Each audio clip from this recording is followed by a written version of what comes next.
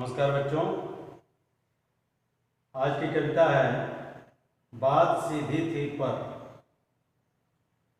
मनुष्य बात करने का तौर तरीका अगर नहीं सीखे रहता है तो उसको बड़ी कठिनाई होती है। कविता के माध्यम से कवि बताएगा कि अगर आप भाषा को तोड़ मरोड़ कर पेश करेंगे तो उसके लिए आपको ही भुगतना होता है। कवि अपने आप को माध्यम बना करके बता रहा है कि बात सीधी थी पर एक बार भाषा के चक्कर में जरा टेढ़ी फंस गई। कहने का मतलब ये है कि बात सीधी सी थी, लेकिन कभी कभी ऐसा हो जाता है, मनुष्य सोचता है कि इसको जो है ऐसे अलंकारिक भाषा का प्रयोग कर दूं या कुछ ऐसा इसमें अच्छा कर डालूं कि बात सही ढंग से कर डालूं। लेकिन होता क्या है, नतीजा उसका ठीक विपरीत निकल जाता है और सीधी सी बात भी टेढ़ी हो जाती है, अर्थात किसी पर ऐसी लग जाती है कि वो उससे निकलना फिर मुश्किल हो जाता है। इसीलिए कवि ने कहा बात सीधी थी पर एक बार भाषा के चक्कर में जरा टेढ़ी फंस गई। भाषा का ऐसा दुरुपयोग हुआ कि सही बात भी मैंने ऐसे कही कि दूसरों को लग गई। अब मुझे भी परेशानियां शुरू हो गई। उसे पाने की कोशिश में भाषा को उल्टा पलटा।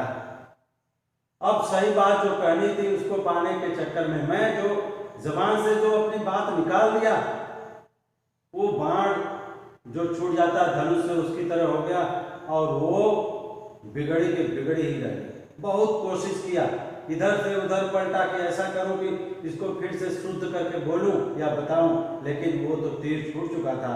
इसीलिए लिखा भाषा को उल्टा पलटा, तोड़ा मरोड़ा, घुमाया फिराया कि बात या तो बने या फिर भाषा से बाहर आ जाए।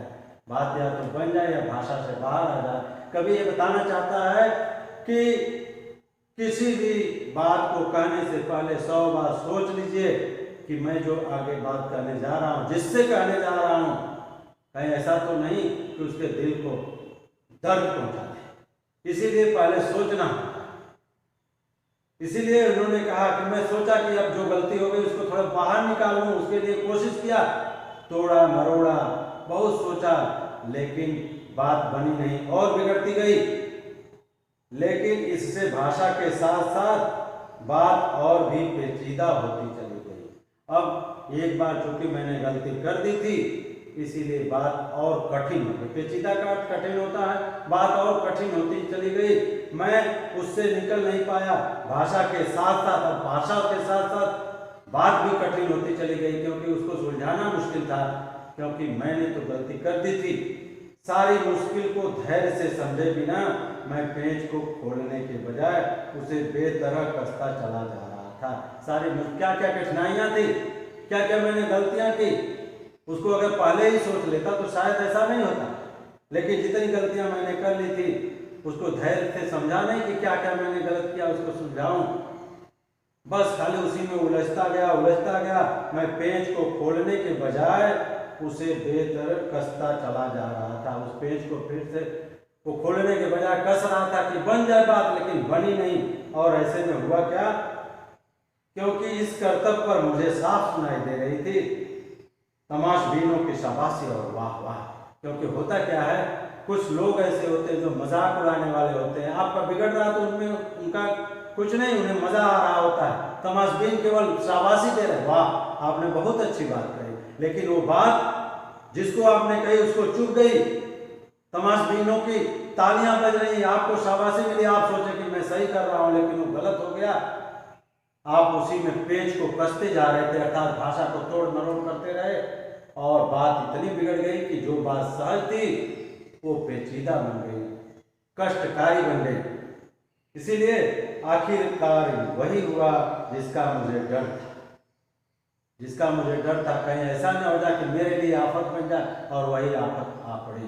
क्या हुआ, जोर जबरदस्ती से बात की चूड़ी मर गई। बात की चूड़ी जब मर गई, रूपक अलंकार इसीलिए मैंने बताया बात की चूड़ी मर, मुहावरे की तरफ प्रयुक्त होता है, लेकिन चूड़ी जब बात की मर जाए तो कसाएगी कैसे, चूड़ी खत्म हो, अब आप कस ही नहीं सकते, उस बात को बना ही नहीं सकते ऐसे में, और वह भाषा में बेकार घूमने। जब चूड़ी नहीं रहेगी तो बोल्ट जिस तरीके से घूमता है वैसे वो भाषा में बेकार की घूम रही थी और मैं उस परेशानी से उबर नहीं पाया। हार कर मैंने उससे कील की तरह उसी जगह ठोक दिया। देखिए, कील की तरह लिखा हुआ उपमा अलंकार से बनती है। मैंने कील की तरह उसी जगह उसको ठोक दिया, अर्थात वो जो भाषा थी उसी को मैंने स्वीकार कर लिया और बिना सोचे समझे उसको मारा और वो जो है उसी जगह वो भाषा जस की तस पड़ी रह गई।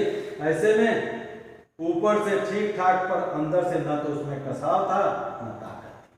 मैंने तो उसको वहां ठोक दिया, भाषा को वहां पर जहां सेट करना था कर दिया, लेकिन उसमें कोई प्रभाव नहीं था, उसमें कोई ताकत नहीं थी। मेरा महत्व खत्म हो गया था। लोग मुझे बुरी नजरों से देखने लगे थे कि इसे कम से कम इतना तो प्रमाणित हो गया कि ये बोलना नहीं जानता, इसे भाषा को बरतने की तमीज नहीं है, नहीं तो ऐसा नहीं करता। इसीलिए लिखा है बात न ताकत थी। बात ने जो एक शरारती बच्चे की तरह मुझसे खेल रही थी, बात जो एक शरारती बच्चे की तरह मुझसे खेल रही थी, शरारती बच्चे की तरह, यहाँ भी उपमा अलंकार की पंक्ति है। उपमा अलंकार, शरारती बच्चे की तरह वह बात मुझसे खेल रही थी और जैसे मेरी ही आत्मा को ताना दे रही थी। क्या कर रही थी? देखिए, मुझसे वो खेल रही थी, मुझे पसीना पोंछते देखकर पूछा। वो बच्चे की तरह वो भाषा, वो बात मुझसे पूछ रही थी, मुझे व्यंग्य कर रही थी और उसने ये कहा, क्या तुमने भाषा को सहूलियत से बरतना कभी नहीं सीखा? भाषा को सहूलियत से बरतना नहीं आया तुम्हें? किसी के साथ कैसा व्यवहार करना चाहिए, किसके साथ कैसी बातें करना चाहिए, तुमने कभी सीखने की कोशिश की? तुमने नहीं सीखा। इसीलिए बात ने ताने दिए उस शरारती बच्चे की तरह जो शरारत करके तुरंत आप निकल जाता है कुटिल मुस्कान के साथ और आपको बात दिल में लग जाती है कि सचमुच मैंने भाषा को बरतना नहीं सीखा, बोलना नहीं सीखा। इसीलिए तो किसी के लिए वो क्या बन गई? कष्टकारी बन गई और मेरे लिए पश्चाताप के अलावा और कुछ रहा ही नहीं। धन्यवाद।